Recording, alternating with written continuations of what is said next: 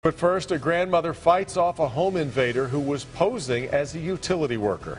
Good to have you with us tonight for Local 4 News at 11. That man forced his way inside after claiming he was with the gas company. Yeah, the woman who lives there ran into the bedroom to call 911, but her mother wasn't going to back down. It happened at a home on Moon Creek Court north of 26 Mile in Washington Township. Jason Colthorpe joins us live. And Jason, what did the grandmother do to scare this guy away? Kim, she reached for a knife right in the kitchen, and that was her last line of defense.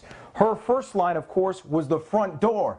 And when this guy pretended there was a gas leak, she made the mistake of opening it, and he burst through. And then she got thrown to the ground, and that's when she ran to call 911. 911, where is your emergency? There's a car, they're trying to kill me. Trying to kill her was a man pretending to be with a gas company around 9:30. He knocked on the door, he rings the doorbell, he looked through my hot windows, and I am like, who is it? And he's like, we had a gas leak in the neighborhood, and we're trying to figure out where is it coming from. And He claimed to be from the gas company? That's what he said, that he was from the gas company, but he had a gun. He pulled a gun on me. What did he say when he got in the house?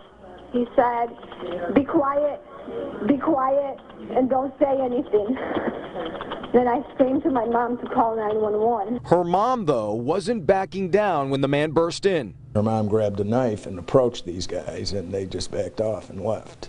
Her husband, who wasn't home at the time, is still upset, but spoke to us today about what his wife and mother-in-law went through. Just adrenaline took over, and it's like you're in a no-win situation. You just try to defend yourself. Signs of the Sheriff's Department investigation were still visible, including footprints of the two men believed to be involved. It all has the entire neighborhood on high alert. An intruder's one thing, or a breaking and entering, or an attempt, but having a gun, that's another thing. So kids getting off the bus, and yeah, you want to be there and be around. They're lucky to be alive, honestly. And just don't open the door for anybody. Now we say two men involved here. The victims tell me that the other guy was out in the car. He never came to the door, but they are still on the loose tonight. Macomb County Sheriff's deputies on the hunt for them. But of course, the advice tonight remains, if you don't know who's on the other side of that door, if you haven't confirmed it, don't open the door.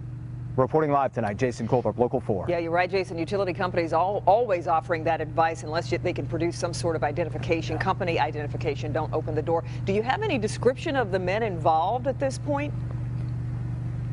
The description's very general, so it's not even worth mentioning, but what we do know a little bit more about that people can keep an eye out for is the vehicle they were in, and that is a black minivan that has a sliding door. If you have any tips or anything, call the Macomb County Sheriff's Office tonight, Kim. Yeah, hopefully they catch these individuals. All right, Jason, we appreciate it.